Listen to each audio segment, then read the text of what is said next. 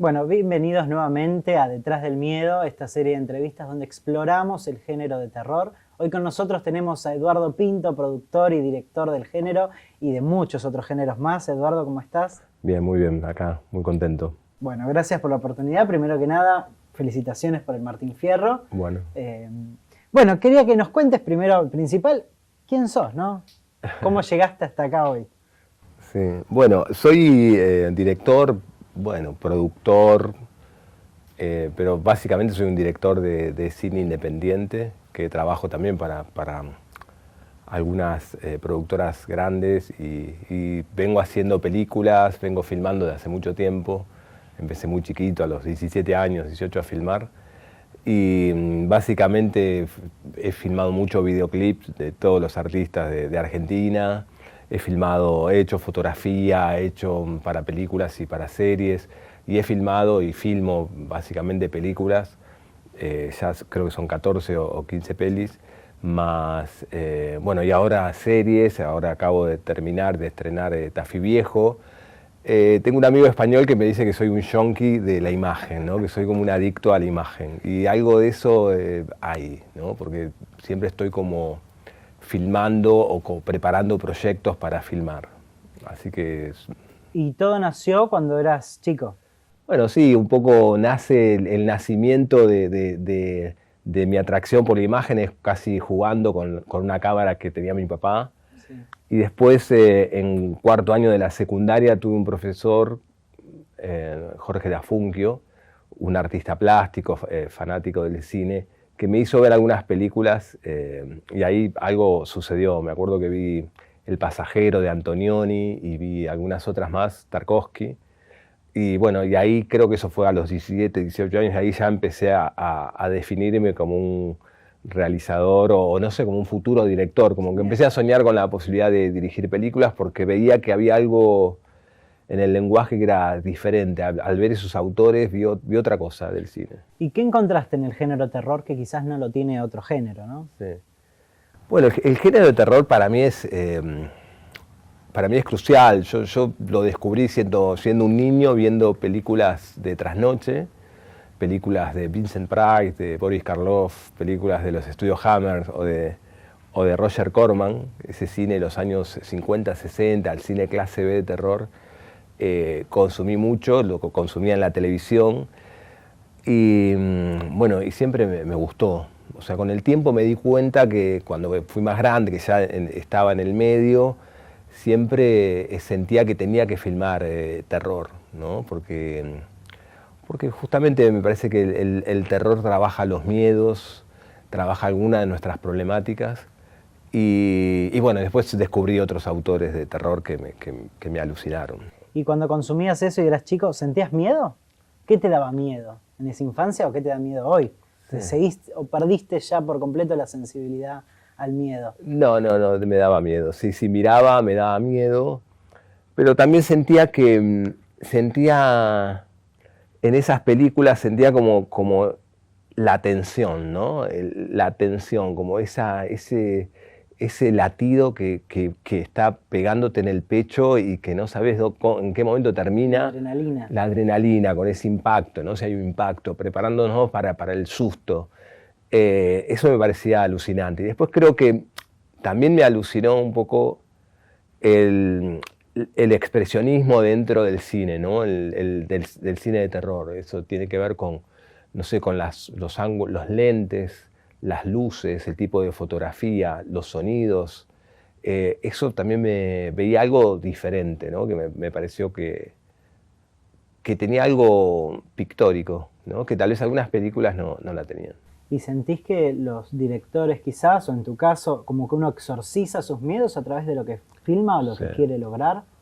Sí, sin duda. Me parece que lo que uno filma es, uno está limpiando, está canalizando, está escupiendo todos nuestros temores, nuestros miedos. Eso es así. Ya sea, por ejemplo, el cine de... mi cine, todos los problemas por lo general son conflictos sociales llevados al extremo, ¿no? Como que también hay otras formas de miedo, no solo ver un monstruo, ¿no?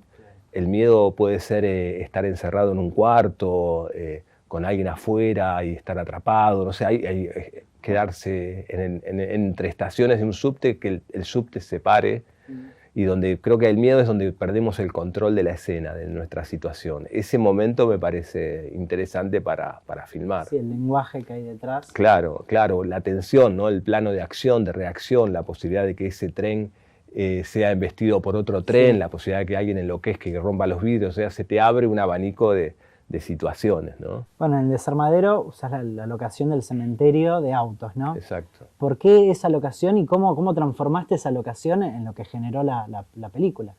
Bueno, el Desarmadero, yo siempre digo que es un homenaje a un par de directores. Uno es John Carpenter, ¿no? Y él me parece que hay una película que se llama Christine, que es fundamental, que es un auto maldito, ¿no? Y la idea del desarmadero, y el otro es Cronenberg, David Cronenberg. Hay una película que se llama Crash, que es alucinante de él, y yo un poco trabajé con esas dos referencias. El desarmadero es, bueno, justamente esto, me gusta a mí, en el cine que hago, yo empecé a sacar fotografías cuando tenía 12 años, iba por la calle observando y fotografiando. Y desde ahí empecé a como observar los espacios, las arquitecturas o los espacios que puede ser un túnel o que puede ser, no sé, una estación de tren de noche. Siempre como que yo fotografiaba esos espacios. Y el desarmadero tiene la geografía, el decorado, es crucial porque es un cementerio de autos. Cada auto tiene una tragedia encima, ¿no? Claro, que decíamos, yo cuando hablaba con los actores les decía, bueno, cada auto es un ataúd, es una historia. Hay una muerte ahí dentro de ese auto. Porque era real, porque eran autos que eran accidentes de tránsito o eran autos que tenían algún tipo de captura judicial, que algo habían sucedido. Entonces ahí yo sabía que ahí el miedo iba a existir, ¿no? El tema es cuando te pones a filmar en esos lugares a la medianoche y ahí te aparece el miedo, ¿no? O el respeto, ¿no? Porque todo cambia. Los espacios tienen su propia energía. Exacto. O sea, sacando lo visible, lo tangible que se puede ver a través de un lente, hay una energía detrás. Exacto. Y el cementerio ese lo tenía. Lo tiene, exacto. Y eso es... Bueno, nosotros, me acuerdo cuando Pablo, mi hermano, fue a hablar con el dueño del desarmadero, le contó un poco la historia de que era un tipo que cuidaba, era un guardia que cuidaba y que escuchaba ruidos, y el dueño del desarmadero le dijo, no sigas contando, yo ya sé de qué me estás hablando, porque todo eso sucede acá. ¿Cómo sucede? Sí, sucede porque periódicamente viene un cura y limpia el espacio. Entonces digo, todo ese tipo como vos decís, de energía están en los espacios, y creo que hay que como elegir los espacios, como tenemos que elegir bien los temas a contar, elegir la geografía, ¿no? Es súper importante elegir el decorado, la locación. En tus películas generalmente hay mucha historia detrás de los personajes, que ya vienen golpeados, que ya vienen heridos, sí, ¿no? ¿Cómo sentís que es esencial que el personaje ya venga con un desarraigo o algo que la emoción lo supera y se ve a través, ¿no? Sí, hay algo ahí.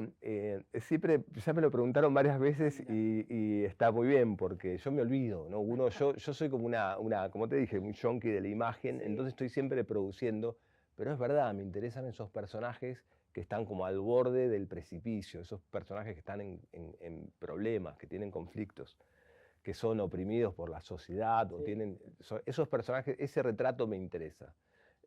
Los otros personajes, bueno, que se lo dejamos para otra gente, pero esos personajes me interesan y siempre los estoy como observando. Voy en el tren y los observo, voy por la calle y los observo.